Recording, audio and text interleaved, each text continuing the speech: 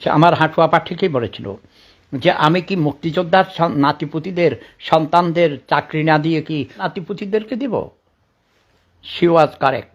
এখন দেখো ঢাকা বিশ্ববিদ্যালয় এক কুখ্যাত রাজাকার জামাত শিবিরের এক কুত্তা দানিওয়ালা এক শয়তানকে এনে ভাইস চ্যান্সেলর বানাইছে।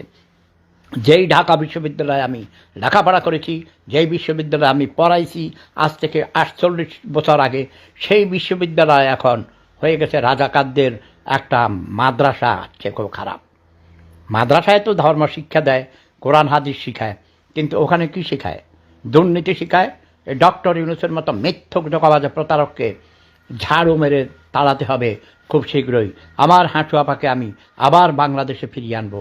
এবং জাতিসংঘ থেকে বলেছে শেখ হাসিনাই বাংলাদেশের বৈধ প্রধানমন্ত্রী, এবং জাতিসংঘে ডক্টর ইউনূস কোনো ভাষণ দিতে পারবে না, সেক্ষেত্রে লিস্টে তার নাম নেই। সেখানে বাংলাদেশের প্রতিনিধিত্ব করবেন বাংলাদেশের প্রধানমন্ত্রী শেখ হাসিনা। আমার হাঁটু আপা, আমি বাহির থেকে এসেছি, তোমরা জানো আমার হার্টে অপারেশন হয়েছে, আমি ক্যান্সারের রোগী, আমার অনেক কষ্ট। আমার এই যে এই জায়গাটা দেখবা উঁচা আছে, এখানে এটাকে বলা হয় পেস মেকার, মানে ব্যাটারি লাগানো আছে। মোবাইল ইলেকট্রনিক্স ডিভাইস ইউজ করা নিষেধ, জোরে কথা বলা নিষেধ।